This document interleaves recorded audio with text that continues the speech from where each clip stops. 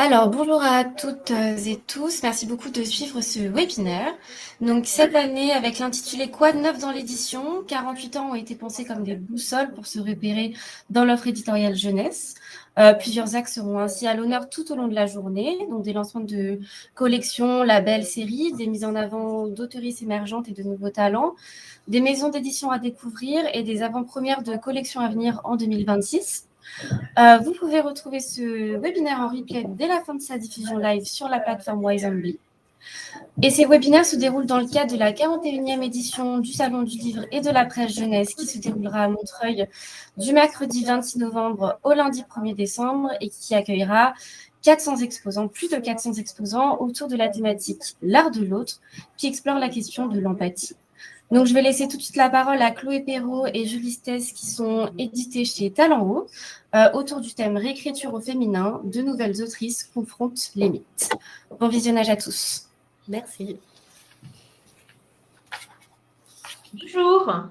Bonjour. Je suis absolument ravie de vous présenter aujourd'hui dans le cadre de ce webinaire deux autrices, Chloé Perrault et Julie Stace, qui ont publié des textes autour des mythes, de la mythologie et d'une nouvelle manière de les envisager. Je suis Laurence Cabrol-Poutier, je m'occupe des questions de marketing et de commercial chez Talent Haut et je vais laisser la parole à Julie et à Chloé pour se présenter. Qui commence? Allez, Julie. Donc, c'est Julie Stace. À la base, je suis professeure de lettres modernes agrégée. J'enseigne depuis 2015 le français et certaines années, j'ai également enseigné le latin. J'ai eu une première nouvelle qui a été éditée en 2008 à l'issue d'un concours. Donc, c'était une nouvelle de science-fiction qui s'appelait Exoplanète. Et entre-temps, j'ai continué d'écrire, mais il a fallu que j'attende 2024 et ma rencontre avec Talent Haut pour être éditée à nouveau. Avec ces textes, voilà. Sigrid, la légende de Sigrid et l'épée de Fenrir. Ils sont là. Ils sont floutés, dommage. Bon. Ils sont flous chez toi. Ouais, je passe la main à Chloé. Merci. Et donc moi, Chloé Perrault, donc moi j'ai travaillé une dizaine d'années en politique à l'Élysée, à l'Assemblée nationale. J'ai quitté l'Assemblée en 2018 et j'ai créé une entreprise de tisane au CBD que j'ai revendue il y a 2 ans pour me consacrer à l'écriture. Et voilà, depuis 2 ans, je suis plume indépendante. J'ai une chronique radio sur l'actualité des mythes et Médée, Naissance d'une sorcière est mon premier roman. Et il est apparu il y a 2 mois chez Talent Haut. Voilà, il y a pile 2 mois, quoi. Et on est absolument ravis de ces publications. Donc, l'objectif de cette rencontre, ça va être une conversation entre nous sur comment est-ce que la mythologie peut devenir un levier de réinvention. Là, on est sur de la littérature ado, levier de réinvention féministe. Avec des questions qu'on va partager ensemble. On va peut-être commencer par les origines de chacun de vos textes, si vous le voulez bien. La première, ça serait, qu'est-ce qui vous a donné envie de revisiter un mythe? Est-ce que c'était un coup de foudre dans l'enfance? Est-ce que c'était quelque chose qui vous avait mis en colère? Est-ce que c'était une fascination que vous aviez pour un de ces personnages? Je vous laisse répondre. On peut commencer par Chloé cette fois? Ouais, alors moi, c'est vraiment le point de départ de pourquoi réinterpréter un mythe. C'était vraiment pendant le confinement. En 2020, j'ai lu l'Odyssée. Donc, c'est un texte que on connaît, on a entendu parler, mais on le lit pas toujours. On lit souvent justement des réécritures. Et je pensais que l'Odyssée ce serait l'histoire d'Ulysse, qui voilà un voyageur, un roi qui rentre chez lui. Et en fait, dès les premières pages sont vraiment sur Pénélope et Télémaque, le fils d'Ulysse. Et donc l'histoire qu'on m'a racontée, c'était vraiment aussi l'histoire de Pénélope. Et Pénélope, pas une personne qui est très passive et qui attend son mari, mais c'est vraiment grâce à elle que l'histoire arrive, puisque elle aurait dû soit rentrer chez son père, soit épouser quelqu'un d'autre, mais elle refuse de le faire et c'est grâce à elle qu'il y a justement cette Odyssée. Et donc, ça m'a vraiment interpellée de me dire pourquoi c'est pas ça l'histoire qu'on raconte aujourd'hui? Pourquoi c'est pas comme ça qu'on s'en souvient? En discutant, j'ai une amie qui m'a parlé justement de Circé de Madeline Miller, qui me l'a prêté, que j'ai lu, et j'étais là, mais en fait, j'ai eu un peu un déclic en me disant, c'est ça qu'il faut faire, c'est ça qu'il faut faire aujourd'hui, c'est reprendre ces mythes, reprendre la racine de ces mythes, l'origine de ces mythes, pour essayer de les rendre à nouveau vivants. Et donc c'est comme ça que moi j'ai décidé de m'attaquer au mythe de Médée. Et toi, Merci. Julie?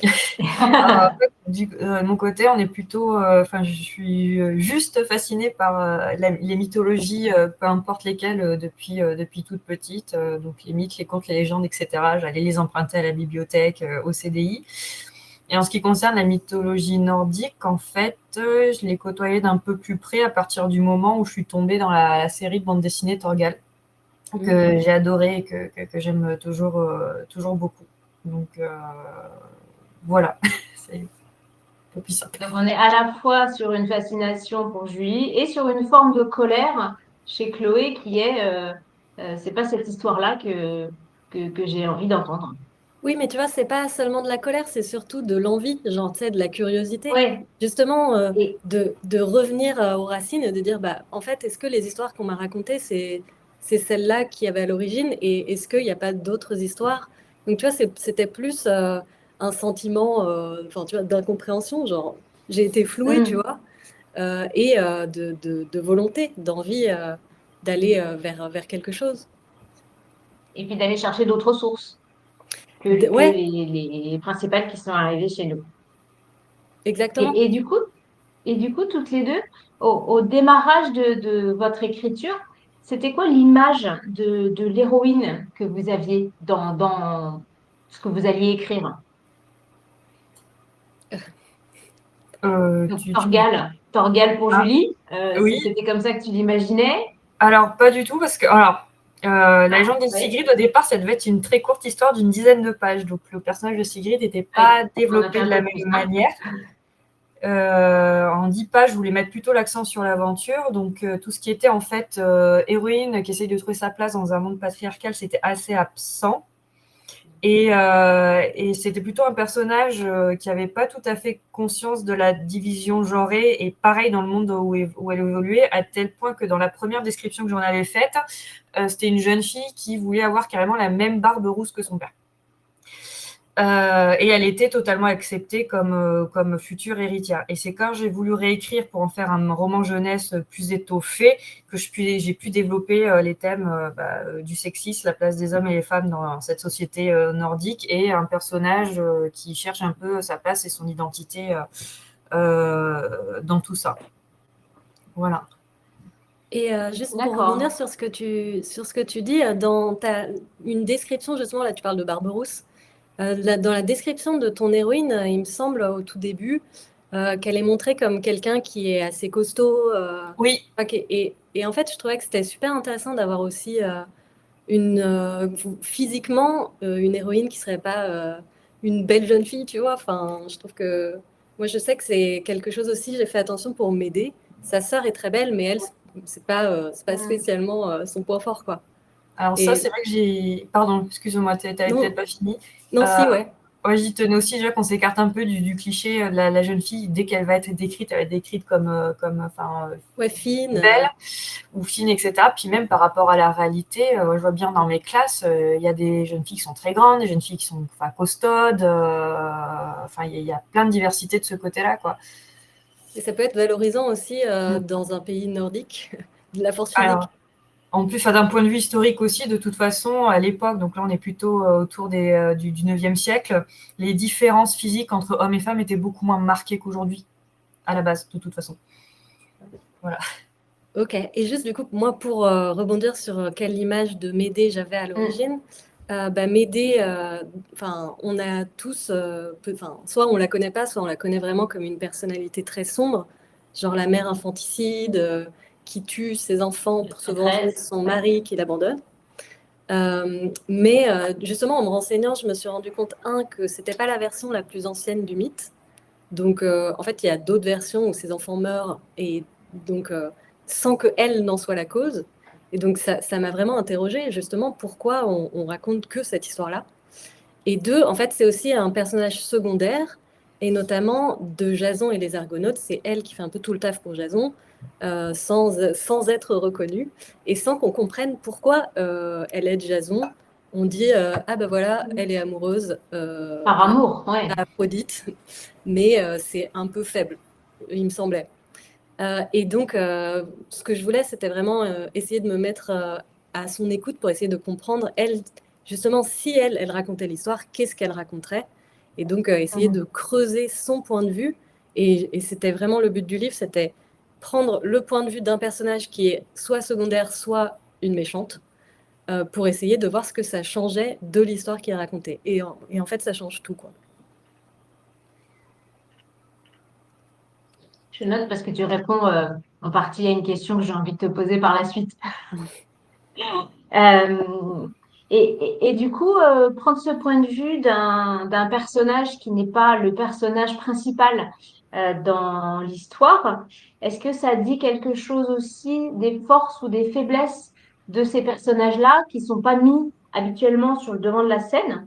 Et est-ce que ça dit quelque chose aussi des jeunes filles aujourd'hui, en fait, de vos lectrices et lecteurs, par rapport, j'ai envie de dire, des forces et des faiblesses de chacun de ces personnages-là.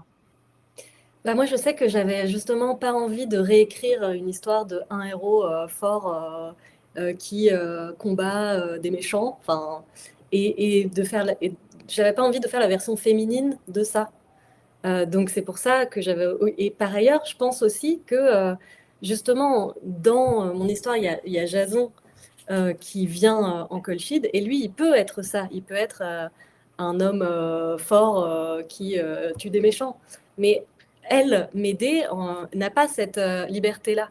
Il me semble que c'est toujours plus difficile pour les personnages féminins parce qu'elles ont moins de possibilités de choix. Et donc, et leurs choix sont toujours plus cruels ou plus engageants. Et c'est aussi ça que je voulais montrer. Là, je ne réponds pas à ta question sur la puissance des femmes aujourd'hui, mais en tout cas, ce que je voulais transmettre, c'était justement de dire, OK, on a des modèles de femmes puissantes, mais souvent, ces modèles sont des modèles négatifs. Et explorer justement le point de vue d'une de ces personnes, ça me permettait de changer ce regard pour essayer de montrer ce que ça pouvait être et effectivement toutes les implications que ça pouvait avoir.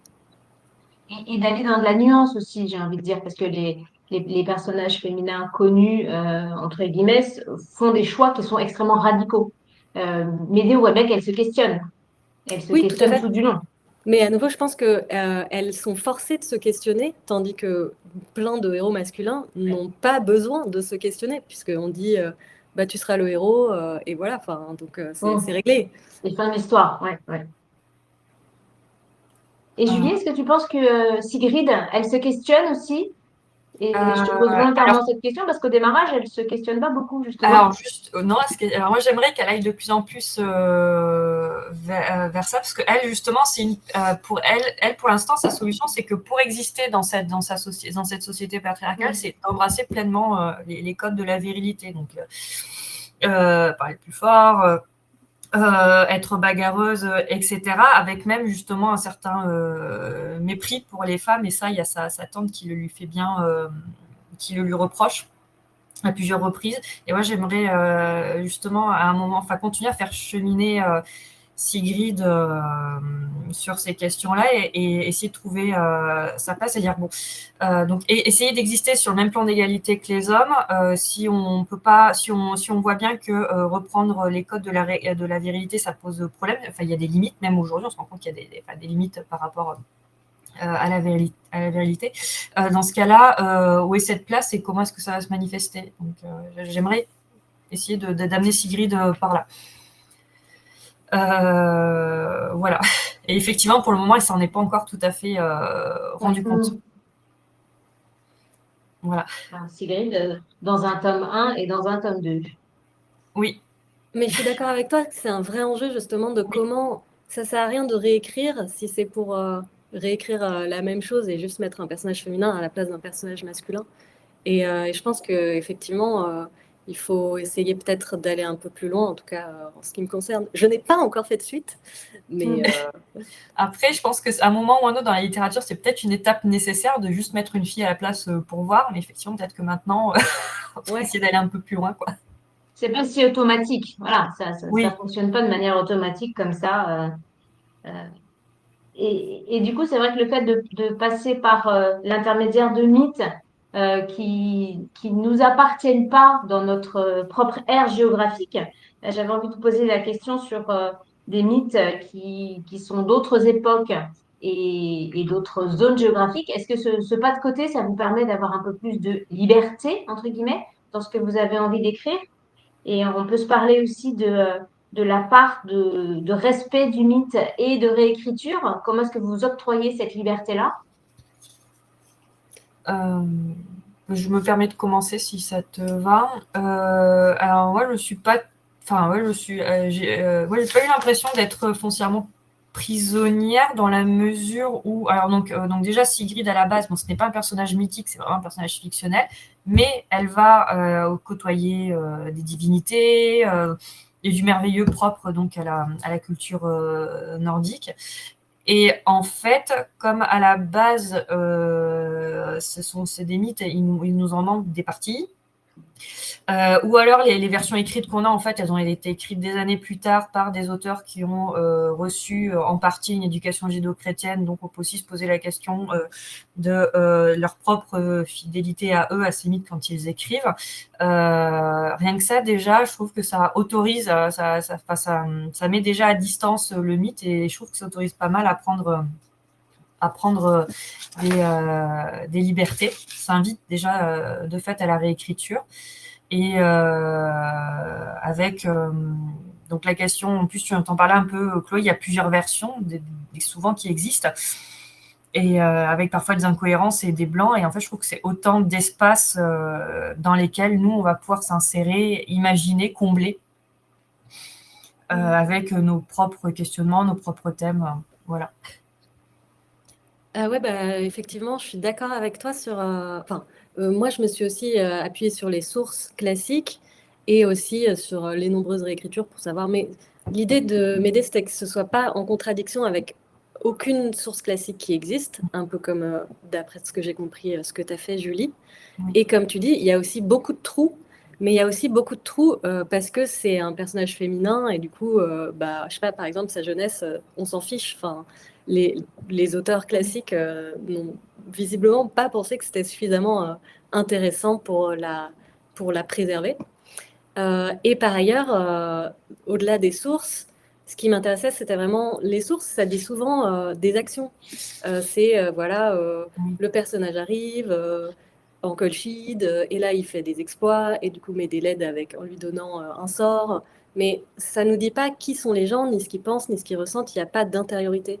Et donc, l'intérêt du mythe, de cette réécriture, c'était vraiment de plonger dans l'intériorité pour essayer justement de les comprendre. Parce que pour moi, c'était la seule façon de leur redonner vie.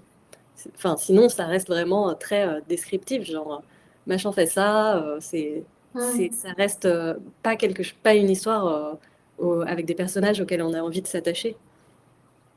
J'ai eu pas mal cette impression-là aussi en lisant, moi, Leda de Snorri Sturluson, donc sur lequel je m'appuie pas mal pour la côté mythologie. On est, comme je dis, pas mal dans des. Enfin, l'intériorité est très très peu développée, donc je pense que c'est pas mal pour nous en fait. C'est une véritable aubaine. Oui, et ça montre aussi justement pourquoi réécrire. Probablement c'est aussi juste notre civilisation. Aujourd'hui, on s'intéresse aux gens, aux personnes, aux individus. Et voilà, je sais pas, la psychanalyse, ça date du XXe siècle. Donc les réécritures qu'on va faire peuvent aussi se nourrir de ça. Et je pense que, pourquoi des personnes comme par exemple Médée qui est millénaire nous parlent encore aujourd'hui? C'était vraiment ça que j'avais envie de creuser. Et je pense que là, la réponse que j'ai essayé de suggérer, c'était en fait, c'est une histoire de famille. C'est une histoire de famille avec une jeune femme qui essaye à la fois d'être acceptée dans sa famille, d'être utile à sa famille, d'aimer sa famille, et en même temps de tracer son propre chemin. Et donc ça, c'est quelque chose qui peut être très, très actuel, me semble-t-il, et qui peut parler aux ados d'aujourd'hui, qui peuvent avoir justement vouloir correspondre à ce qu'on leur inculque et voilà, aux valeurs de leur famille, à la transmission qu'on leur propose, et en même temps qui cherchent à avoir une place et qui cherchent peut-être à essayer d'avoir une forme de puissance, mais ça peut être difficile d'assumer cette puissance aussi. Et justement, j'ai envie de rebondir sur une anecdote que tu nous partageais récemment sur une rencontre avec des lectrices qui se sentaient très en phase avec cette intériorité que tu transmets dans le texte. Est-ce que tu peux nous raconter, Chloé? Ouais, en fait, j'ai eu une lectrice qui était lycéenne et qui me disait qu'elle avait l'impression que c'était Médée qui lui racontait l'histoire. Donc j'ai trouvé que c'était un retour assez fort. J'adore, c'est Elle génial. disait que Ouais. c'était comme si Médée lui racontait l'histoire, genre une veillée au coin du feu, et c'est elle qui parlait Une directement. copine, ouais. Pardon? Une copine. Ouais, ouais, exactement. Et donc je trouvais que c'était fort parce que ça la rendait vraiment vivante, alors que c'est un personnage voilà, millénaire. Mais là, elle existait vraiment pour cette lectrice, quoi. Oui. Est-ce que vous avez des retours de lecteurs, lectrices, puisque vous intervenez en salon, en rencontre scolaire, qui vous parlent de vos héroïnes? Dans quelle mesure ça les touche ou racontez-nous. Ben moi, j'avais justement un retour, pour le coup, d'un lecteur et que j'avais Oui. trouvé intéressant justement parce que c'était un père d'une lycéenne et donc c'est clairement pas, je sais pas, le, la personne, je sais pas si on a un public cible, mais clairement, il n'était pas le persona de ce livre. Et pourtant, il l'a lu parce que c'était celui de sa fille, et il a aimé dans ce livre le personnage de Circé, qui est donc la tante de Médée, et qui initie Médée à la magie. Et donc, lui, ce qu'il appréciait, il disait, ah, j'ai bien aimé, parce que j'ai trouvé que le personnage de Circé était un personnage très puissant, et du coup, j'ai kiffé cette partie du livre. Et je trouvais que c'était intéressant, parce que dans ce livre, j'ai vraiment essayé d'avoir une partie transmission en disant comment on peut devenir une femme puissante via la transmission. Et là, donc, c'est sa tante qui l'initie à la magie. Et lui, qui est donc un père d'une jeune fille, il était sensible à ce thème-là. Et j'ai trouvé que c'était hyper fort, en fait. Tout à fait. Et un père qui lit, qui partage les lectures de sa fille, on apprécie énormément. Est-ce que on pourrait revenir un tout petit peu, Julie? Tu nous disais tout à l'heure que initialement Sigrid, elle embrassait tous les codes de la virilité et voilà, on avait une Sigrid avec une barbe rousse. Est-ce que Qui tu peux aurait nous voulu avoir dire une barbe comme comment? son papa. Voilà, exactement. Ouais. Est-ce que tu peux nous dire sur ces questions de genre, comment est-ce que le travail avec ton éditrice chez Talent Haut, donc Élise Courtois, a nourri ton projet? Comment est-ce que vous avez avancé de ces 10 pages initiales que tu voulais faire, dont tu voulais faire une histoire d'aventure aux 2 tomes de Sigrid d'aujourd'hui?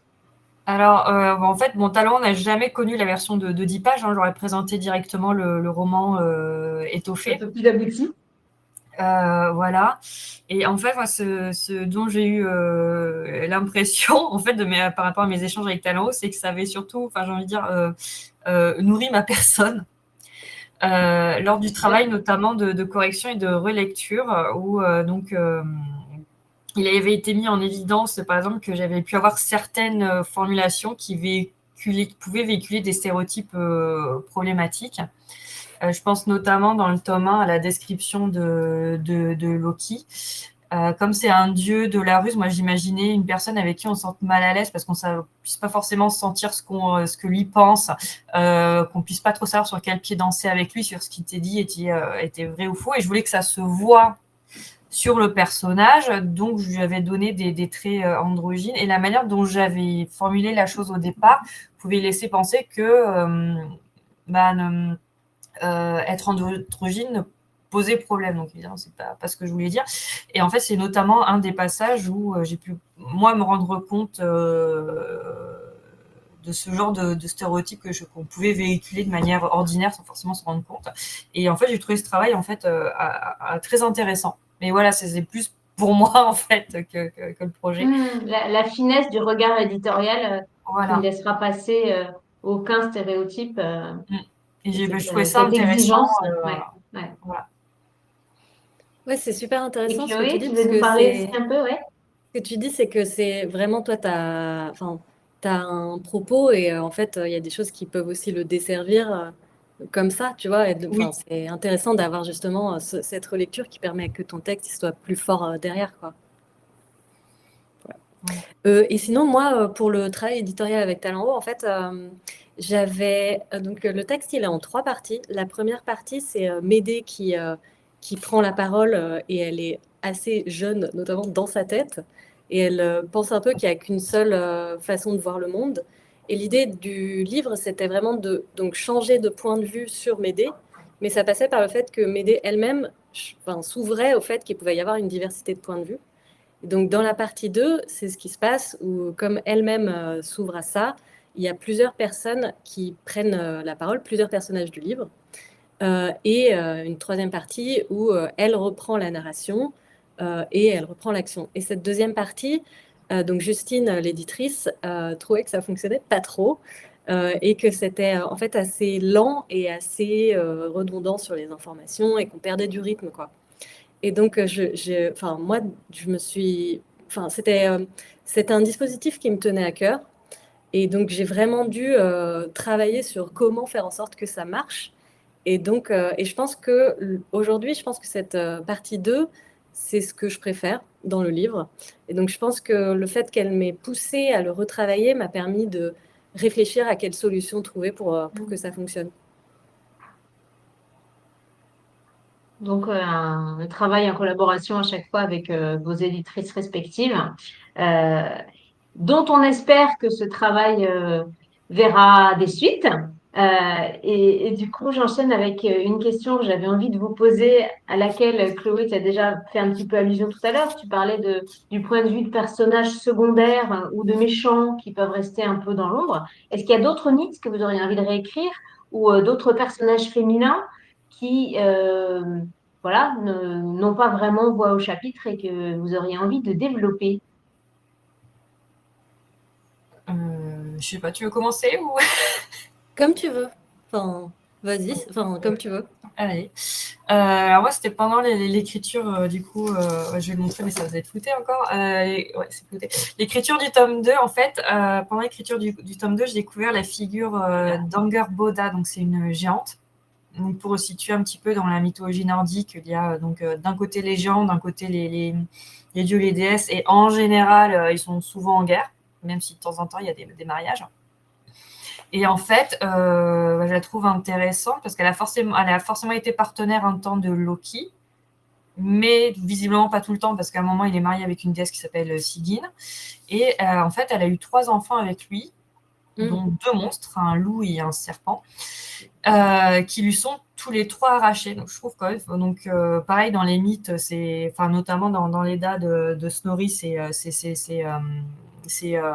expédié en 10 lignes. Alors que je trouve cette histoire hyper tragique en fait, et donc forcément hyper intéressante. Et donc moi, ce personnage m'appelle de plus en plus. Voilà. Ouais, il me semble qu'il y a un D'accord. livre justement qui est sorti, mais dans le monde anglo-saxon, sur une des filles qui est à moitié morte, à moitié vivante. Ça doit être elle, du coup, Oui, qu'Odin a ensuite placée dans le monde des morts pour qu'elle en soit la et gardienne. ils en font un peu une ado qui se sent rejetée, tu vois. Et en fait, je l'ai pas lu, j'avoue, j'ai lu que la quatrième, mais j'étais là, waouh, mais ça a l'air trop intéressant, effectivement. Des personnages qui ont un vrai rôle dans donc, le Ragnarok et qui, en fait, sont jamais effectivement des héros, quoi. Enfin, jamais on s'intéresse à eux. Enfin, alors qu'effectivement, ça doit être quand même pas facile d'être considéré comme un monstre dans Oui. ton univers, quoi.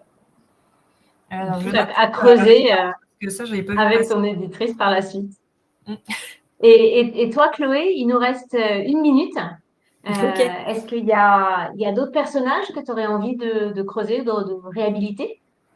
Alors en fait, juste moi, c'est vrai que j'aimerais bien faire la suite de Médée, mais au-delà de ça, donc moi, je rentre de Corée. J'ai passé 15 jours en Corée et je pense qu'il y a beaucoup de choses à faire sur la mythologie coréenne, le lien notamment avec les esprits qu'il faut apaiser mais qui sont ni gentils ni méchants des morts, qui fait un lien justement de transmission, comme je disais, le lien avec la nature et aussi le personnage des Mudang, qui sont des chamans majoritairement féminins et qui en fait sont encore aujourd'hui, genre en 2025, en activité.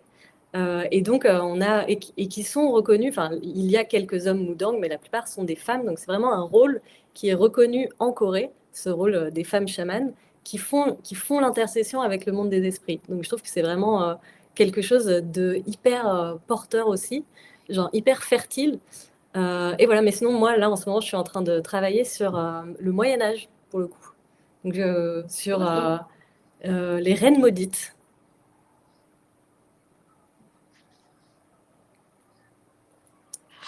Eh ben, merci beaucoup de nous d'avoir partagé avec nous, pardon, ces prochains projets éditoriaux. On sera ravis de les voir publiés chez Talent Haut. Et je vois que Mathilde est revenue, peut-être pour nous rappeler Tout à à l'heure. fait.